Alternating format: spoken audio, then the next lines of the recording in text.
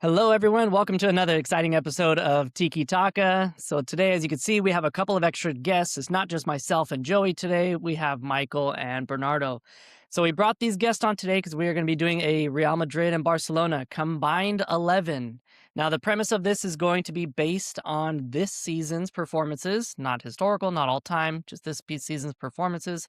And we are not taking into consideration any of the long-term injuries. So if they have a torn ACL, they've been out 90% of the year. We're not including them. So without further ado, here's what you can expect from today's episode. When I watch Yamal, it feels like when I started watching Ronaldinho and then he introduced Messi. I think Yamal is the 2026 Ansu Fati. It is La Masia 101 marketing. He's what, 17, 18 years old? If we have to double this guy now, what are we going to do when he's 23? I will be surprised if he's here in Real Madrid after June. He's so young, and I mean, he kind of blew it for them in the Champions League, so I don't know how you could put him over Militao. You did not just compare Jordan Henderson to Valverde. He's not that good. I don't think he's even been rated that high in the Ballon d'Or, so what are we talking about? I think the only reason he's still in Barcelona is because they can't pay him off to leave. I love Jude, but this season, there's no way you can pick him over Guler. So no one respects Rafinha. That's what I'm hearing, right? That's what we're all saying here. There's a reason why Diego Simeone does not give this guy one-on-one on the outside, because he knows what this kid is going to do. All right, guys. I have a list of players here, and you guys will battle it out. And if for some reason we can't come to a consensus, I will be the judge of who wins that debate. So without further ado, let's start with the goalkeeping position. Michael, why don't we start with you? I think this is pretty straightforward. I mean, Thibaut Courtois has been truly one of the most consistent goalkeepers, not only in La Liga, but the entire world. With his presence in the back line, although Madrid has looked shaky at times this season, having someone as stable has really changed, their outlook. And I feel like they would have definitely conceded a lot more goals if it wasn't for his presence and just his experience in goal. So I'll definitely have to go with Courtois there. And Bernardo, how about you? No argument for me there. Yeah, he's pretty solid up until his injury. Just the best goalkeeper in the world right now. Fair enough. All right, guys, let's go to the next position. We'll go left back. We'll start with you, Bernardo. Who do you have left back on this one? I went with Carreras. I'm not saying he's probably the best one in the league or even in Madrid. Just, up until recently, he was the most consistent one. So just on consistency throughout the season, I'm going to go with him. And Michael, how about you? Do you have the same consensus? To be honest with you, was also a position I was a bit unsure about. I do like Ferland Mendy. The thing with him is the injuries. Whenever he's on the field, he shows what he's capable of doing. He shows that he has the potential to go on to the next level, and he has all the attributes to propel him, but he's not available. He plays sporadically, and he played against Bayern, and he showed he's capable of shutting down the left side. But then he might be out for 5 games. So I might just have to go with Bernardo on this one. He came back this weekend after, 2-3 months? He played 8 minutes. And he got injured, right? First game against Bayern, he got killed, Carreras. So they rushed Mendy back, and Mendy kind of kept him in check, right? So that's what Mendy does. But for the love of God, you can't keep him healthy. Yeah. You can't keep. Mendy can't play every single week. No way. I will be surprised if he's here in Real Madrid after June. Yeah, they say the greatest ability is availability. So I agree. All right, so let's do the next one. Right back. We'll start with you, Michael. Who do you have for the right back spot? We got to go with Koundé. He's not the most patient, right? Because he's picked up already 5 yellow cards. But that's what I love about his game. He's not afraid to get in there. He's not afraid to stick it to the opponent. He doesn't care if he's going up against Vinny or whoever is on his side. He's going to let you know that, hey, I'm here. And he does the same with France, which I hope he ends up getting a starting spot with the French national team. But the squad depth these guys have, he might end up getting 1 game. Who knows? But he is someone that I feel like has to go straight into the starting lineup. And he can also play center back. He can probably do something at defensive midfield, but that's a different conversation for another day. But definitely Koundé at right back. And how about you, Bernardo? You feeling Koundé as well? I am feeling a different Barcelona player, to be quite honest. I'm going with Joao Cancelo. He is so explosive and fantastic. He's got a true attitude to him in the locker room, and I think that's why he doesn't last long wherever he goes. But he's a fantastic player. I'll probably put him in the right back. If we're talking discipline, I think he lacks that. If we talk discipline, everywhere he goes, he gets into issues with people. So there's no doubt in my mind that he's gonna have a problem in Barcelona soon. So, but when I see him play, I'm like, he's such a great player. Listening to Bernardo, I definitely have to go with Cancelo. It gets to the point where you just have to appreciate his talent, and it's beyond just okay. You are a right back, just let him play, let him do what he needs to do. I would say he is part of that transition towards the sort of Miles Lewis Skelly sort of players, right? Where you come in, you guys move out, receive the ball because you're not afraid to play, you're not afraid to turn on a half turn, you're not afraid to receive the ball and go and do this.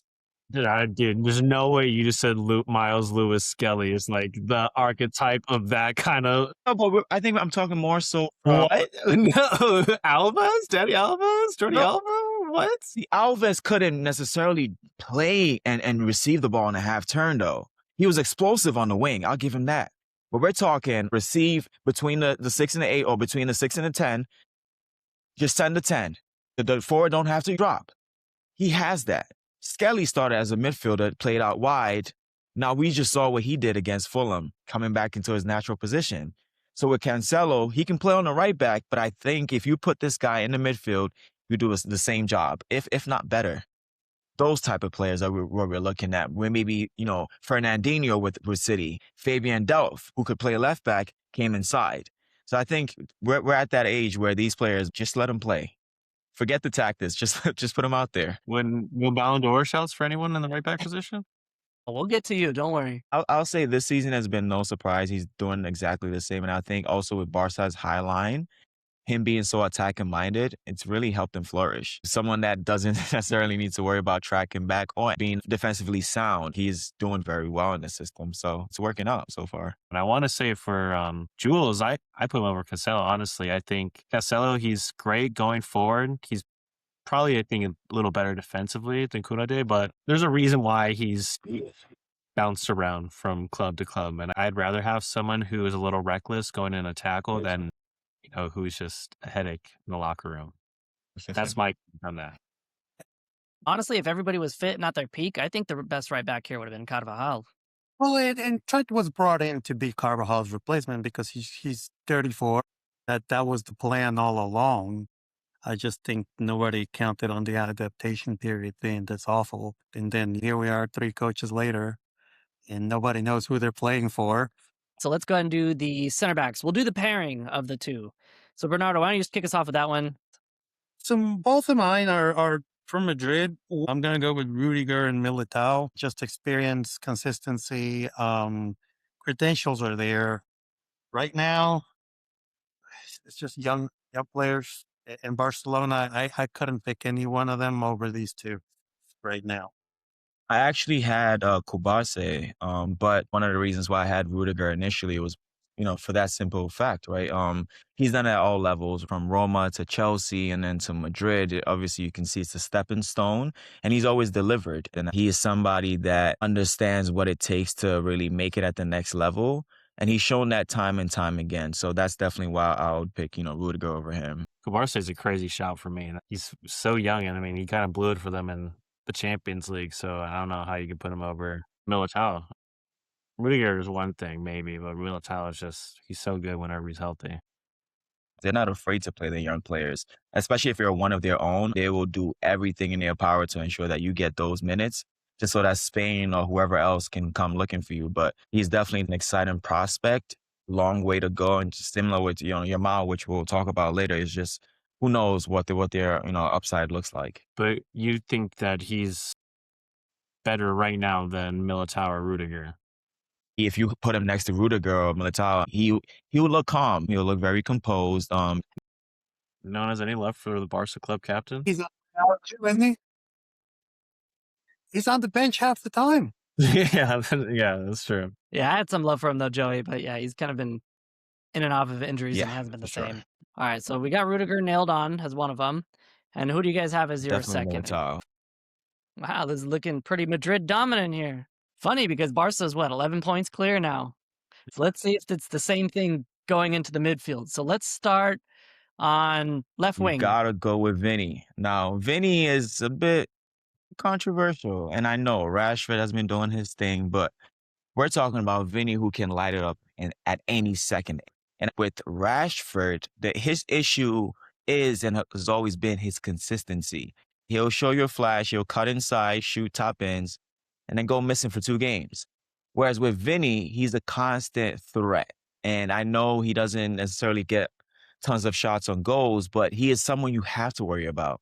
You know, you have to peek over your shoulder just to see where he is, just to make sure you're marking this guy. Whereas Rashford, you can kind of play him off a bit. You can give him a nudge and it will kind of throw him off his game, where Vinny's going to complain, but his complaints turn into, I need to prove you wrong.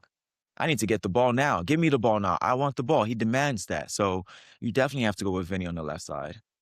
How about you, Bernardo? You also going with Vinny? See, I had Jude on the left mid. Jude? Interesting. Yeah, I know he's not a fast winger, but they played him. Javi Alonso in Arbeloa played him there. Vinny's obvious. Good choice there too. But I had Vinny up front on the left. All right. So it seems like since you both have Vinny, we'll have him plug in and off the left for now, and then we'll look at that again once we arrive at the end. Let's move to the other side now. We'll go right wing. Bernardo, who do you have? Ooh. How about Verdi? With Yamal, I don't know. You've got Yamal available.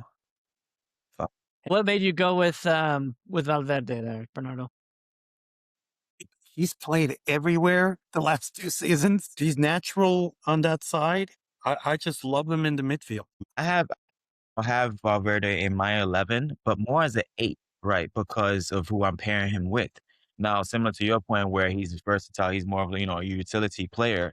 I think someone like him, you definitely need him in the middle of the park just to calm things down a bit. Now, we have Cancelo on the right side. We have Valverde. And I'm just trying to picture these two going back and forth.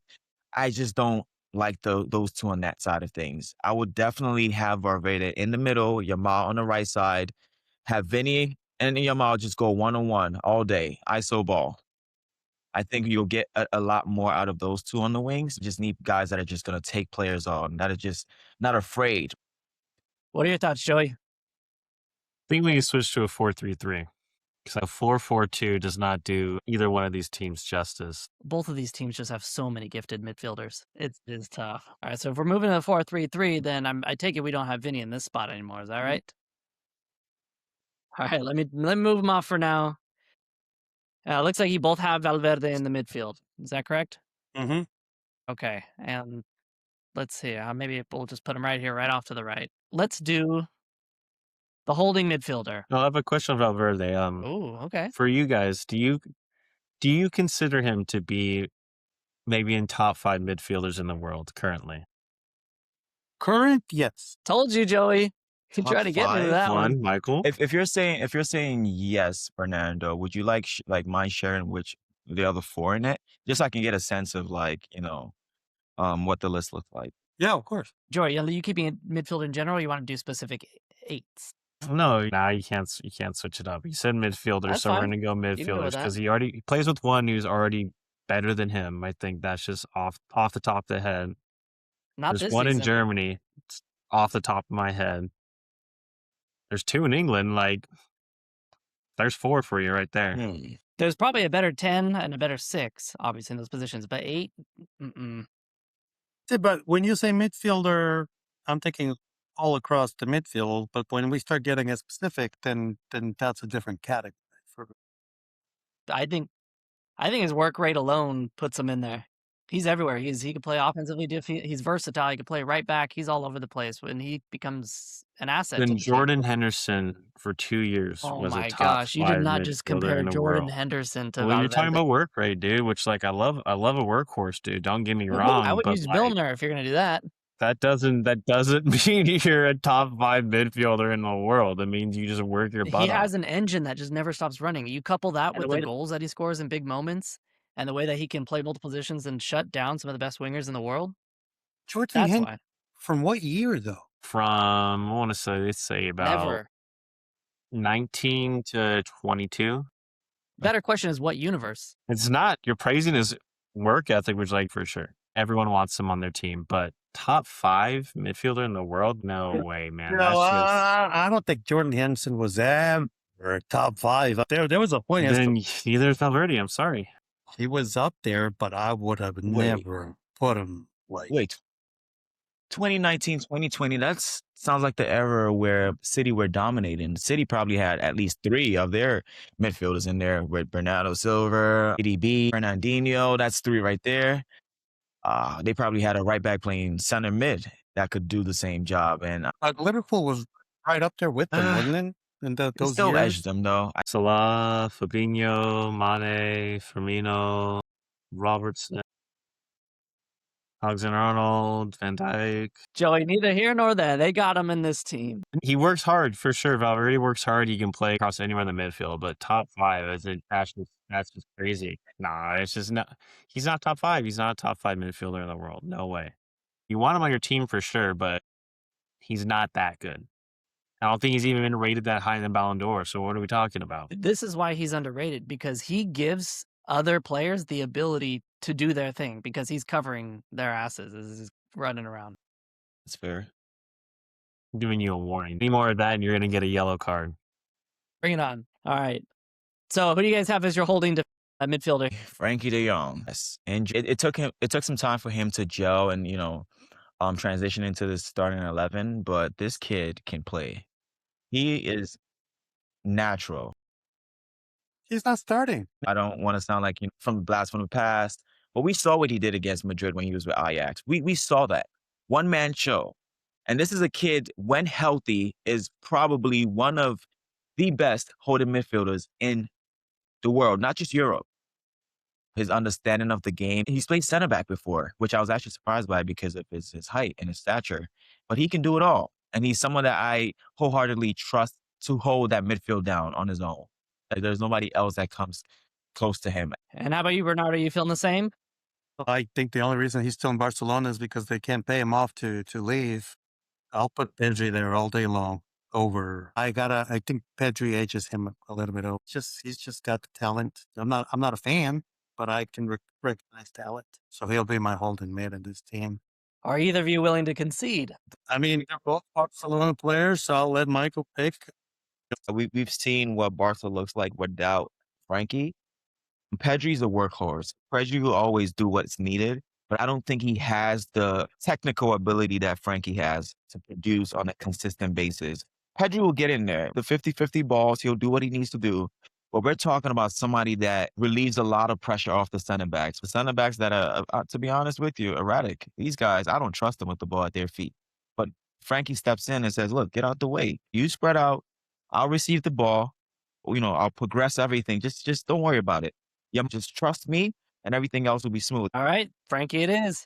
Let's move to the last midfielder that you guys have on here. So, Michael, why don't you take it away with that? You got to go with Tchouaméni, man. His progression since the start of the season has been really a sight to see. And we can definitely push Valverde up to play more of a 10 if we need to, just because he can do it all.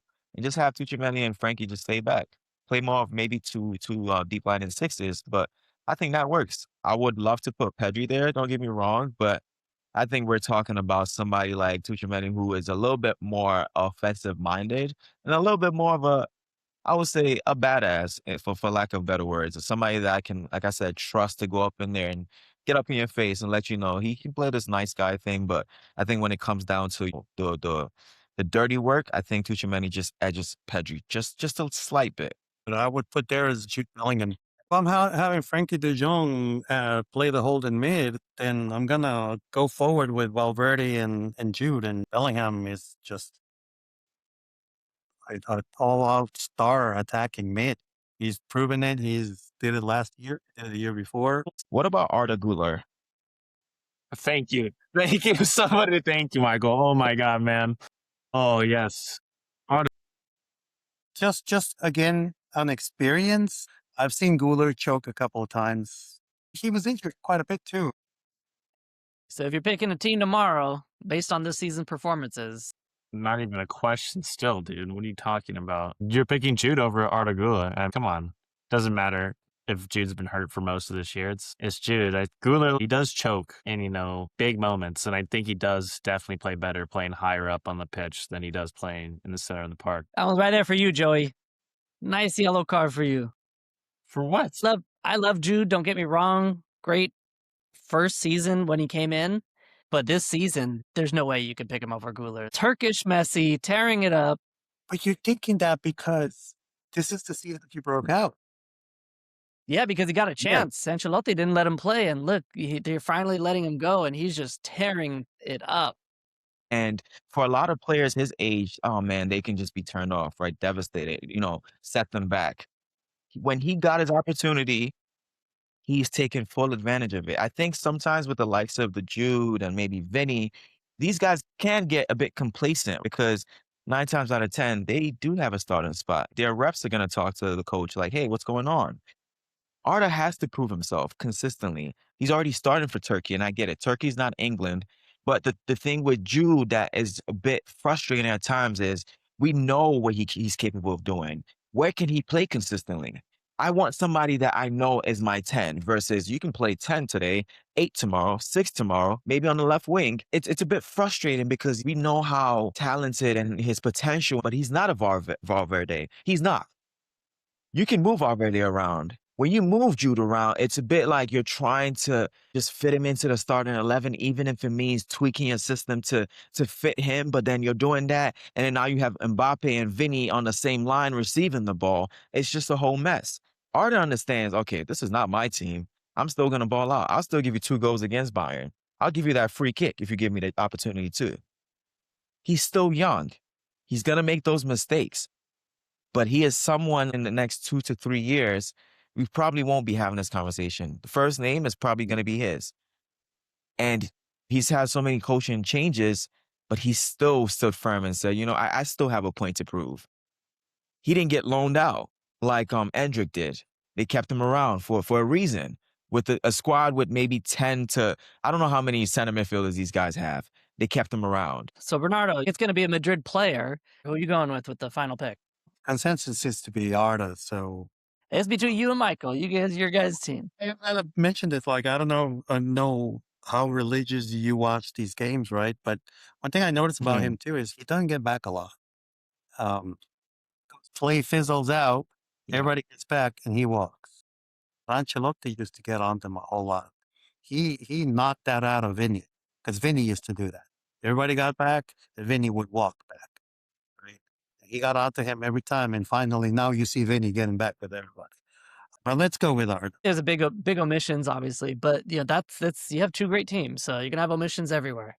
Well, but I agree also too that sometimes when there's a certain lineup, he just doesn't fit. Yeah, I agree.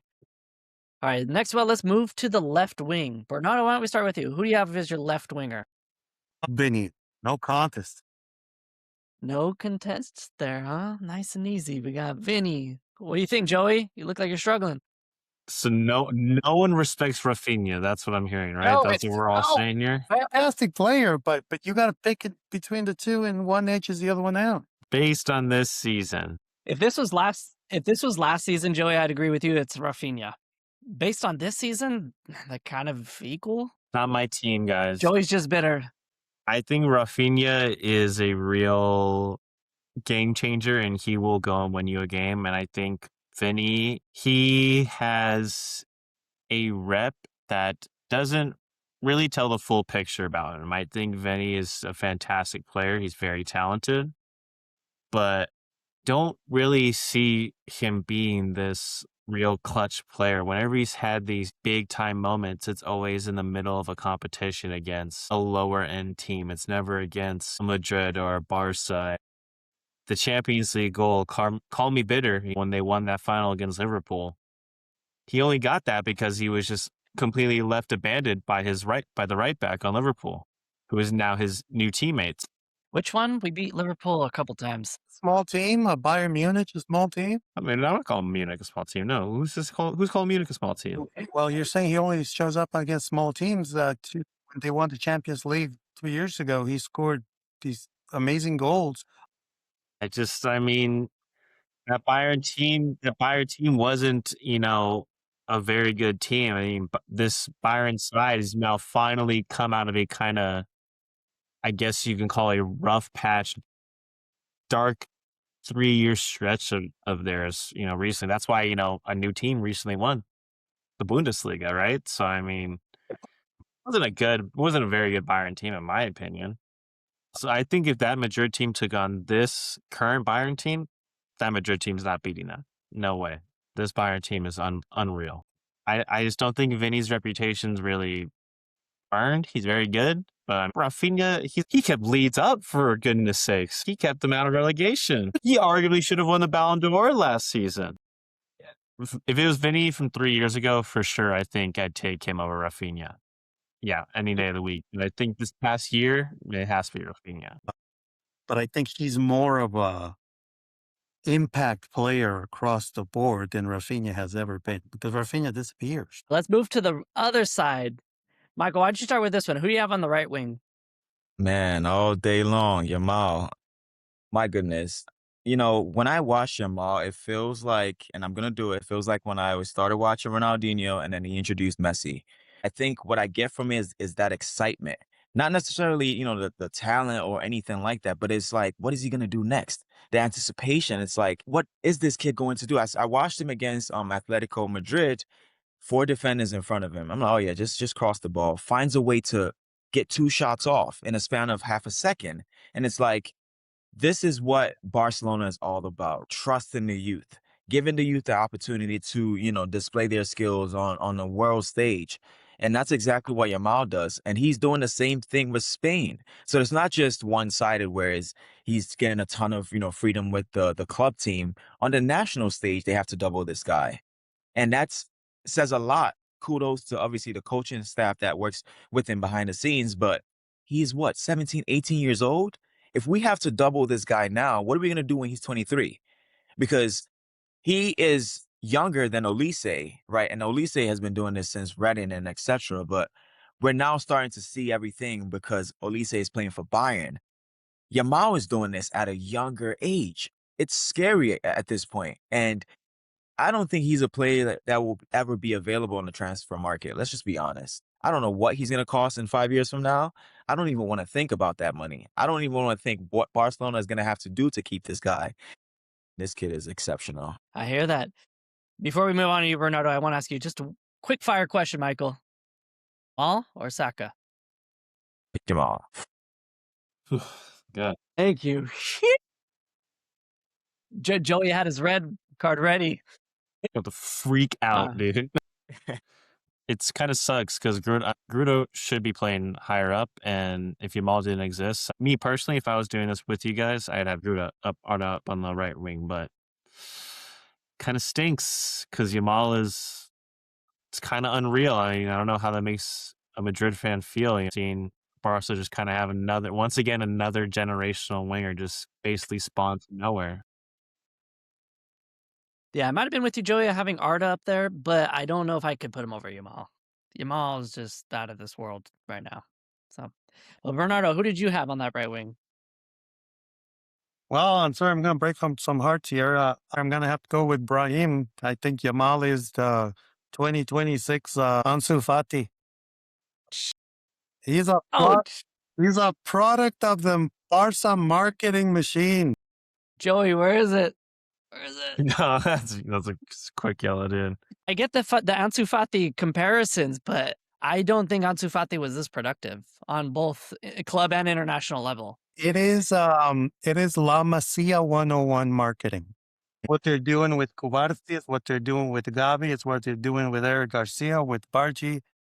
It's just unfortunate because there are some good players out there, but the economic situation that they find themselves in is causing this hyperinflation of their players. They work well as a team, and that's why they're winning the league. They do.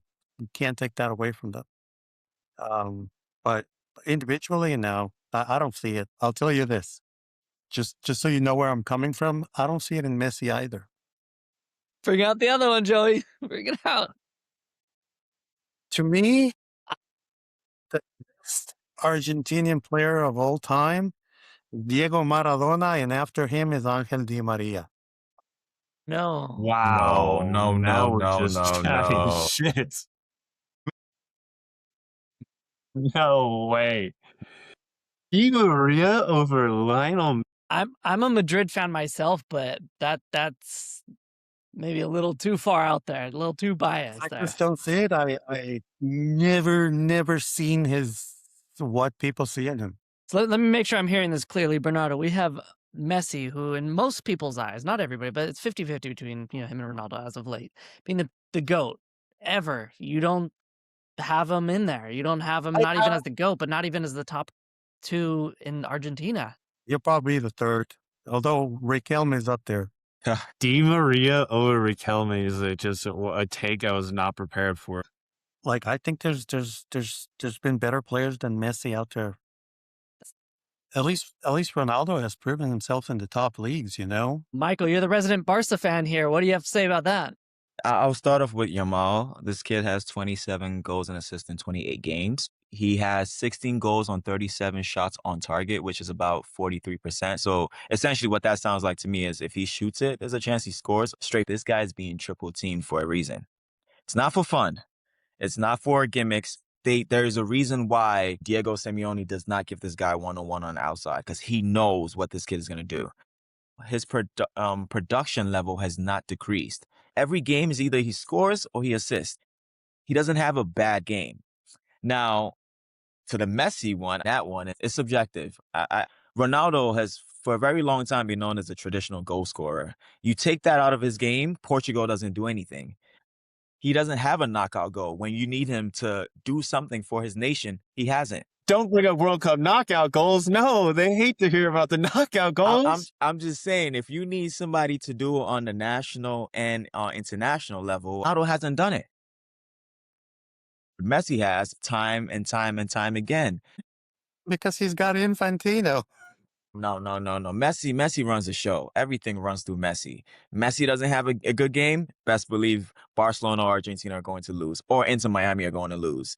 Ronaldo can be in the team, and his team will win 3-0, and he doesn't have a shot on target. I've seen that time and time and time again. Oh, but we're talking about Messi, who, in a flash of an eye, can go from the center midfield to your box in a split second. We're talking about a guy that doesn't need a ton of space to get a shot off. You better not give him half a second. Free kicks, still doing it. And I know it's the MLS, but the technique is still the same. I mean, everything you have said, the other guy still does. Where? In Saudi? Yeah. You can't rip on the MLS and act like Saudi ball's good ball. Absolutely cannot rip on Saudi League because they're taking not even old or retired European players. They're taking still good European players as opposed to we're getting the Marco Royce. I went to see James Rodriguez the other day. He can't even walk in the pitch. Yeah. We're getting the Luis Suarez. Yeah. At least the Saudi League, they're paying a lot of money, but they're getting players still in their 29s, 30, 31, 32. So yeah, but for 2 years. I'd say that league is probably more competitive than the one here. Yeah, but for 2 years, though, these players are going and coming back because it's a bag over there, and I'll do the same thing. I'll go get my bag, and I'll come back to the MLS or anywhere else. That's what's happening. It's still more competitive than the one here. So you're saying Messi scoring free kicks over there, Ronaldo scoring free kicks over there. It's the same thing. We don't have to worry about Inter Miami cruising and beating teams 4-0, 5-0 like they're doing in Saudi. Right? Sadio Mane gets a hat trick one week. Ronaldo's getting one the next week. There's no competition. The only competition they have is Al Hilal. Last thing I would say, Travis, is Ronaldo is so good and still doesn't have a knockout goal. Maybe it's this World Cup that he gets it. We'll see. We'll see if he makes it to the knockout stages. Yeah, it sounds like we got to get you guys on one of these GOAT debate episodes sometime. So on the right wing, it looks like we have Brahim Diaz versus Yamal. I'm a fan of both. I'm a big Brahim Diaz guy. My favorite team is AC Milan, so it was sad when Madrid called him back. I wish he would have stayed. Could have done wonders there. Doesn't look like we're going to come into consensus on that one, but I would have to give this one to Yamal. He's a beast. Like Michael said, he's not really slowing down. He's kind of like a Iron Robin-esque. Like, people know what he's going to do, and they still can't stop him. And he's not like 10 for 10 every game. I'm nowhere near putting him as you know, some people are saying that he's the next Messi. No, but he's one of the most dominant ones. To me, this would be between him or Arda Güler in the spot, but I think Yamal still edges that. All right. As far as the final slot goes here, striker. Michael, we'll start with you. Who do you have as your striker? If it was any other season but this season, I would go with Lewandowski. I think he is truly one of the greatest goal scorers ever. But I'll have to give it to Mbappe, just because this guy is just explosive and can do it on all fronts, left, right, middle. You just have to give it to him. Hard to argue there. Bernardo, what do you think? Who do you have for your striker? Let's say Gonzalo Garcia. No, I'm just kidding. No, it's got to be Mbappe. And I got to agree with Michael. It was Lewandowski a couple seasons ago. He was a poacher's poacher, but this guy is just entering the peak of his career, Mbappe. So can argue with that. I agree with you guys. I think Lewandowski, he's got to be one of the top 10 strikers of the last 20, 30 years. He's been amazing. Easily. But I think this season it's hands down Mbappe. So this looks like your team. Before we move on to the managers, is there anything that you guys would want to change about this team, or are you guys happy with this? Looks solid. Surprised on that you guys are such Arda fans. Like I would have thought you would have put Jude over Arda. Last season, maybe, or no, sorry, the season before. I mean, you gotta put Jude in this team somehow. I think Jude is too good, and you have to shoot. He's kind of the guy that you have to shoot a horn into your team. This season. All right. How about managers, guys? Flick versus Arbeloa. I can't, in all honesty, throw in Arbeloa because he's been on the job for a week. I'm exaggerating, but just on longevity alone, I'm gonna go with Hansi Flick. I'll definitely have to agree there. With Hansi, he's probably the most experienced, but also he has his players' trust where I feel like Arbeloa doesn't. It's just a matter of time, similar to what they did with Xabi. If they don't agree, you're probably heading out the door. I will say I'm actually very shocked, though. As it stands right now, I think Barca are 11 points clear, and have 3 out of the 11 players only be Barca players. I'm quite shocked, especially with the omission of Pedri. I think he's probably the biggest omission. And I know we can't get everybody in, but I'm surprised. I think he's actually the best midfielder in the world. I will say this about the You can't Barca just say team. things, dude. You literally just can't say things, man. So I'll say this about the Barca team. As a collective, they play extremely well. And it dates back to the expectations set in the academy. And even for players that are not originally from the academy, just understanding who we are as a team. I think individually, though, the Madrid players are just lights out, standouts in each position. They just cannot figure it out. I don't know what it is. I don't know if it's one person that has to leave, but it just seems like the ego in that locker room is insane. That's the difference between both teams. And if they go into next season with similar mindset, Barca will still edge these guys.